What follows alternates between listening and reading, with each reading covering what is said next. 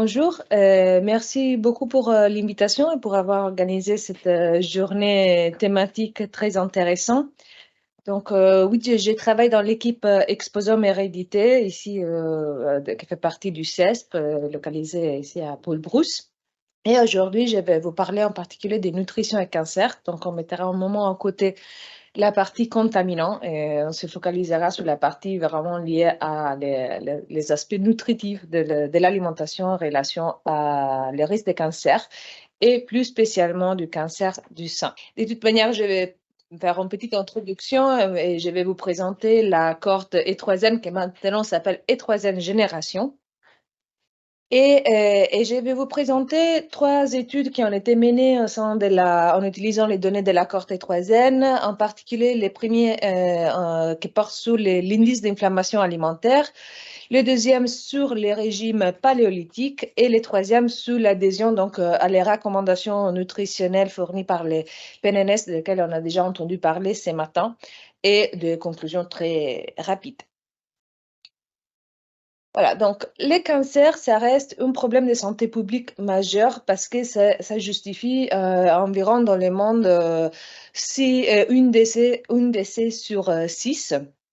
Et ça, c'est donc que approximativement, ça représente 10 millions de décès estimés en 2020 dans le monde.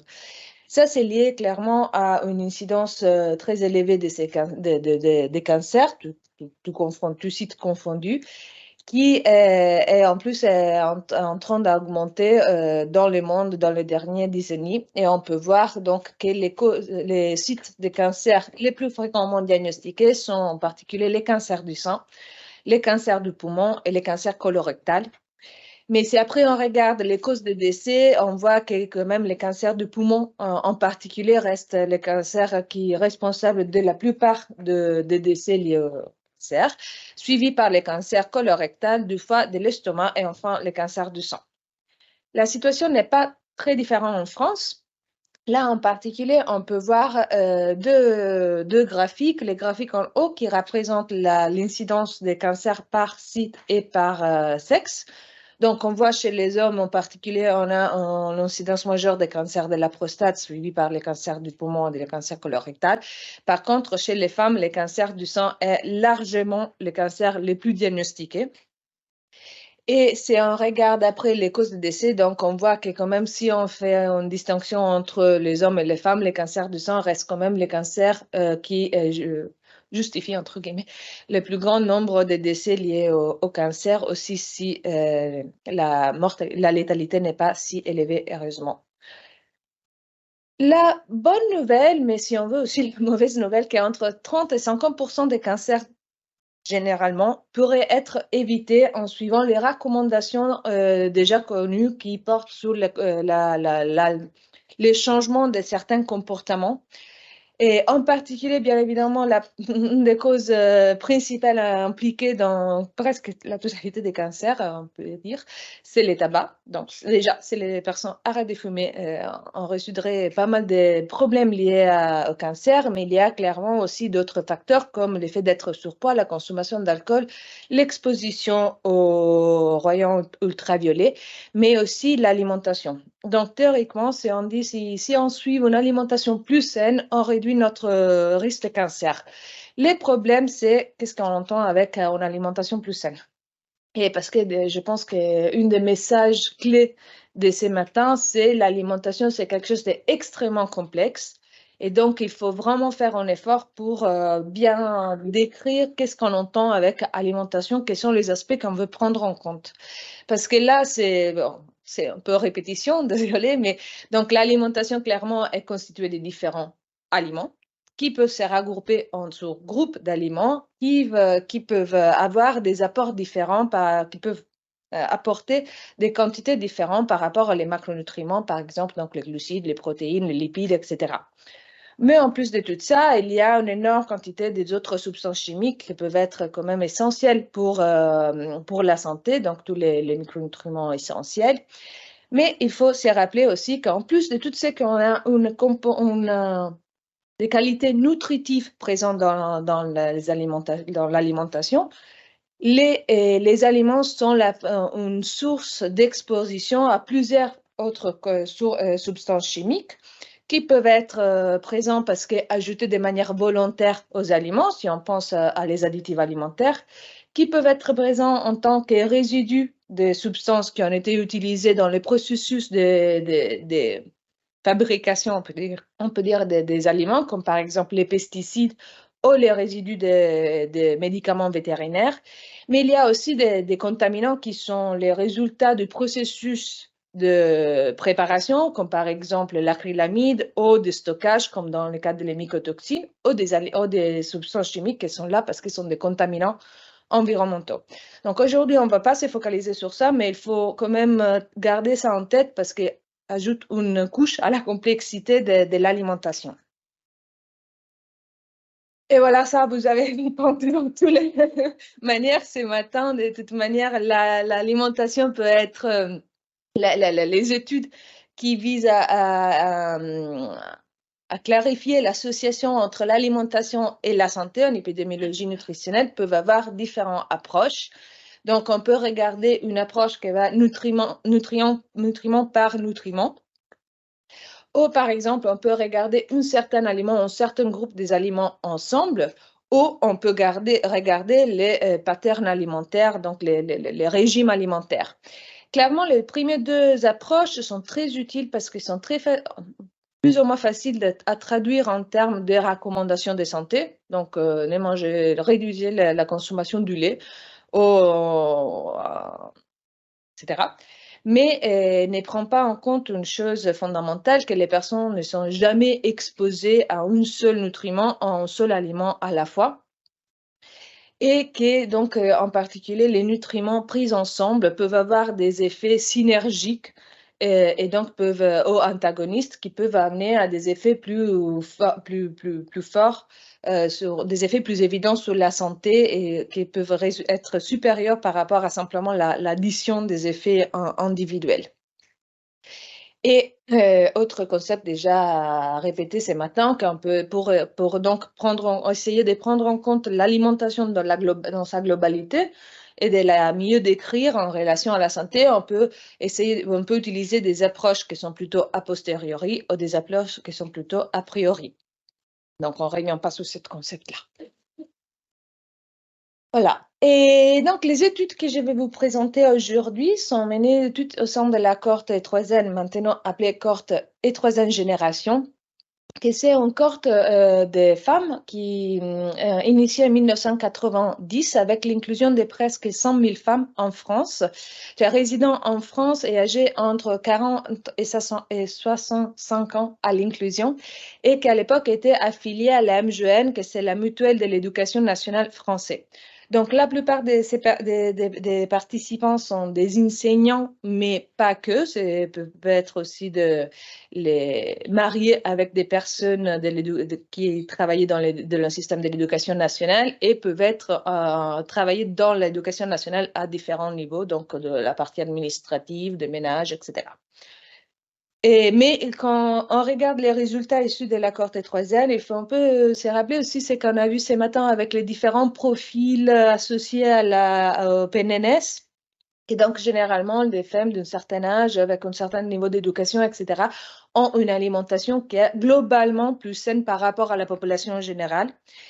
Et donc, ça ne nous empêche pas de faire des comparaisons au sein de la même population, mais probablement, si on veut extrapoler ces résultats dans le cadre de la population générale, les associations seront probablement plus fortes parce qu'on aurait un contraste d'exposition plus marqué. Et voilà, donc, les femmes, la cohorte est toujours en cours et les femmes sont suivies surtout par des autoquestionnaires qui sont envoyés tous les 2-3 ans, qui nous ont permis de récolter une énorme variabilité d'informations sur leur statut socio-économique, leur état de santé et leur mode de vie. Et en particulier, on a pu récolter des informations sur leur consommation alimentaire habituelle avec un questionnaire envoyé en 1993 et un deuxième questionnaire envoyé en 2005. Donc, les questionnaires que nous avons utilisés, c'est en réponse à la première présentation de ce matin, c'est un questionnaire de fréquence alimentaire semi-quantitative auto-rempli,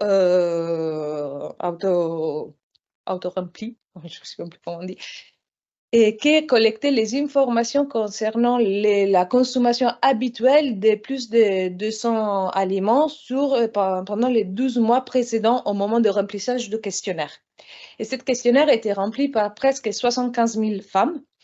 Et vous voyez là, j'ai mis deux photos parce que le questionnaire a été constitué sur deux parties. Une première partie où on demandait la fréquence de consommation de certains groupes alimentaires.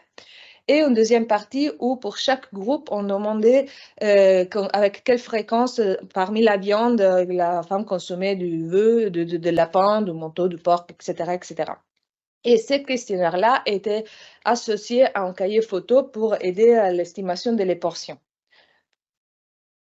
Donc, sur la base de ces données de consommation, on a pu estimer les données les apports en nutriments en fusionnant les données de consommation de la cohorte troisième avec les données de composition alimentaire fournies par la base de données SQL qui est gérée par l'ANSES.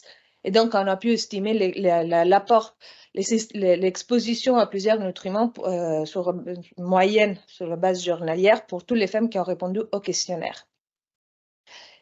Et aujourd'hui, comme j'ai un peu dit au début, on va se focaliser en particulier sur les cancers du sang. En particulier, les études que je vais vous présenter aujourd'hui, donc notre début de suivi représente le remplissage du questionnaire alimentaire envoyé en 1993 et inclut tous les cas de cancer du sang identifiés jusqu'à 2014, que c'est la fin de notre follow-up. Et donc, si on voit un peu le flowchart de base de ces études, on voit qu'il y a presque 75 000 femmes qui ont répondu au questionnaire alimentaire. On a éliminé tous les cas de cancer confondus prévalents. On a éliminé les femmes qui n'ont répondu à aucun questionnaire après le questionnaire alimentaire et celles pour les qui avaient reporté des apports énergétiques aberrants. Et ça nous laisse avec une population de presque 68 000 femmes, parmi lesquelles il y avait 5 686 cas de cancer du sang incidents et validés. Voilà. Alors, les premières études que je vais vous présenter, c'est une étude qui était issue de la thèse doctorale de Mariam Haji et qui porte sur la relation entre l'indice d'inflammation alimentaire et les risques de cancer du sang. Là, vous pouvez trouver la référence si vous voulez plus de détails. Donc, quand les cancers du sang, en fait, peuvent être définis comme une maladie multifactorielle dont les déterminants génétiques, hormonaux est liés à le mode de vie, comme on a pu voir pour la plupart des cancers. L'inflammation chronique, en fait, c'est soupçonné d'être la voie sous-jacente par laquelle ces facteurs-là peuvent exercer leur effet sur le cancer du sang. Et une des modes, comme on a parlé tout à l'heure, l'alimentation, différents comportements alimentaires peuvent moduler les statuts d'inflammation chronique. Et donc, l'idée, c'est d'estimer une potentiel inflammatoire du régime alimentaire dans sa globalité et donc d'évaluer l'impact de potentiel inflammatoire de l'alimentation sur les risques de cancer du sang. Alors là, c'est un peu quelques éléments plus techniques relatifs à l'indice d'inflammation alimentaire. Donc déjà, il faut savoir qu'il y a plusieurs méthodes qui ont été proposées. En général, l'indice d'inflammation alimentaire se base sur le fait de déterminer un poids inflammatoire spécifique à chacun des composants alimentaires qui peuvent avoir un effet pro-inflammatoire ou anti-inflammatoire. Et cette poids est basée sur l'évidence disponible dans la littérature. Après, il faut pondérer les apports alimentaires de chaque participant sur les poids inflammatoires spécifiques de chaque composant alimentaire. Et après, clairement, il faut les additionner pour estimer donc un score général pour chaque femme. Et nous, dans l'accord T3N, on a pu inclure 32 paramètres nutritionnels et on a utilisé les poids inflammatoires proposés par Shivappa parce qu'il y a plusieurs auteurs qui ont proposé différents poids inflammatoires pour chaque aliment. Et donc, on a pu un indice d'inflammation alimentaire positive correspond à une alimentation pro-inflammatoire et un indice d'inflammation alimentaire négative correspond plutôt à une alimentation anti-inflammatoire. Et ça, c'est nos principal résultat où on trouve que par rapport à le risque de développer le cancer du sang dans la cohorte étroisienne, on a un risque accru de cancer du sang pour les femmes qui ont une alimentation plutôt pro-inflammatoire. Et c'est avec une association qui a tendance à être linéaire. On a après regardé les interactions avec différentes caractéristiques individuelles. Excusez-moi, grand, oui. Les femmes de la cohorte. Donc, on a regardé et on n'a trouvé aucune interaction qui était statistiquement significative, mais quand même, on peut observer un effet qui était plus marqué chez les non-fumeuses par rapport à les fumeuses. Voilà. Et chez les faibles consommatrices d'alcool par rapport à les fortes consommatrices d'alcool. Par contre, le statut ménopausique et l'IMC n'avaient pas particulièrement d'impact. Et donc, en général, les conclusions sont qu'une alimentation pro-inflammatoire est associée à une augmentation de 4% du risque de cancer du sang pour le NECAR type d'indice d'inflammation alimentaire de la cohorte étroisienne, et que ces associations sont plus marquées chez les non-fumeuses et chez les faibles consommatrices d'alcool. Donc, notre hypothèse était effectivement validée. La deuxième étude que je vais vous présenter, c'est issue de la thèse doctorale de Sanam Saha, qui est maintenant un postdoctorant au CIRC, et porte sur l'association entre les régimes paléolithiques et les risques de cancer du sang, toujours dans la cohorte étroisienne, mais exclusivement cette fois chez les femmes post-ménopausées. Donc, probablement, vous avez entendu parler de l'alimentation paléo, qui est maintenant très à la mode. Et en fait, le développement de ce régime alimentaire se base sur l'hypothèse que l'évolution du génome humain n'était pas suffisamment rapide pour s'adapter à l'évolution des régimes alimentaires au cours du temps. Et que donc, en fait, finalement, nous serons tous un peu mal adaptés au modèle nutritionnel actuel, et ça pourrait justifier de base l'impact, les effets sur la santé liés à la nutrition, et justifier aussi en partie de l'augmentation de l'incidence des différentes maladies non transmissibles qu'on peut observer dans la société moderne. Et donc, l'objectif, c'était d'évaluer l'association entre l'adhésion au régime paléolithique et les risques de cancer du sang chez les femmes étroisiennes.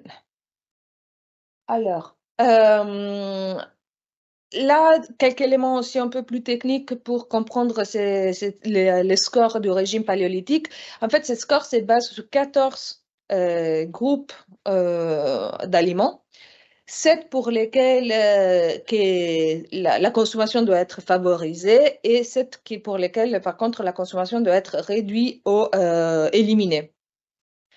Les participants sont classés selon la distribution des apports de ces 14 groupes alimentaires dans la population d'études, et on va attribuer une valeur de 1 à 5 pour les aliments recommandés et de 5 à 1 pour les aliments, par contre, qu'il faut éviter. Après, il faut sommer donc les scores par chaque groupe alimentaire, et on obtiendra une valeur qui peut être entre 14 et 70. Et donc un score plus élevé reflète une adhésion plus forte au régime paléolithique, à les recommandations du régime paléolithique. Et là encore, ce qu'on voit, c'est une association inverse entre le régime paléolithique et les risques de cancer du sang chez les femmes étroisiennes, où on voit une hazard ratio de 0,84 pour une augmentation d'une déviation standard d'adhésion à cette score-là. Et l'autre aspect qui est intéressant, qu'on a observé aucune hétérogénéité dans les risques par sous-type de cancer par rapport à l'expression réceptorielle ou par les types histologiques. Et ça, c'est très intéressant. Et on a observé aussi aucune modification d'effet par rapport à l'IMC, ou l'utilisation des traitements hormonaux substitutifs ou l'activité physique. Voilà, donc ça, c'est plutôt une bonne nouvelle. Et donc, en général, on peut dire qu'une adhésion à un régime qui est caractérisé par la consommation des fruits, des légumes, des noix, du poisson, de viande maigre et limitée en produits laitiers, céréales, légumineuses, sucres raffinés et alcool était associée à un risque plus faible des cancers du sein et que la manque d'hétérogénéité selon les sous-types des cancers du sein pourrait indiquer l'implication des mécanismes non hormonaux. Et dernière étude que je vais présenter, c'est très pertinent par rapport à la première présentation de ce matin parce qu'on a évalué l'adhésion aux recommandations alimentaires françaises et les risques de mortalité cette fois dans la cohorte E3N. C'est un article, c'est une étude menée par Chloé Marquez, toujours doctorante dans notre équipe et qui n'est pas encore publiée. Donc, on a déjà vu ces recommandations ici ce matin. Ce sont les nouvelles recommandations nutritionnelles françaises qui publiées en 2017, qui donc mettent en évidence le fait qu'il faut augmenter la consommation des légumes, etc., comme on a déjà vu ce matin. Et en fait, ce matin, nous avons déjà présenté le fait qu'il était développé un score pour évaluer l'adhésion des personnes à les recommandations nutritionnelles. Et c'était le score PNNS-GS2. Voilà. Et donc, déjà aussi, été mentionné que dans l'accord Nutrinet Santé, ils ont mis en évidence qu'une meilleure adhésion à les recommandations nutritionnelles était associée à une réduction de risque de développer plusieurs maladies non transmissibles, comme par exemple les maladies cardiovasculaires, les diabètes et certains types de cancers. Donc, on a voulu estimer l'adhésion à cette recommandation dans l'accord E3N et en particulier évaluer les risques de mortalité toute cause et aussi les risques de mortalité par cause spécifique dans l'accord E3N. Donc, on a dû utiliser un type de score simplifié parce qu'on n'a pas l'information de la consommation bio ou pas bio dans l'accord T3N, donc on n'a pas pu inclure cette information-là. Et donc, cette score s'appuie sur 13 composants, 7 composants d'adéquation, qui sont donc ceux-là listés, qui peut conduire à un point positif ou nul, et 6 composants de modération, donc plutôt à éviter, qui conduit à des points négatifs ou nuls. Après, le score de ces 13 composants doit être standardisé, comme on a dit ce matin, pour éviter la surestimation de certains composants qui sont plus consommés. Il doit être pesé sur la base de la force de l'épreuve d'effet de ces composants sur la santé, parce que là aussi, comme pour les scores l'inflammation alimentaire, les poids donnés à chaque composant est basé sur les évidences disponibles dans la littérature. Après, il faut les additionner, les paneliser sur l'énergie pour éviter une surestimation du score pour les gros consommateurs. Et donc, les points, les scores maximum, c'est des 14,25.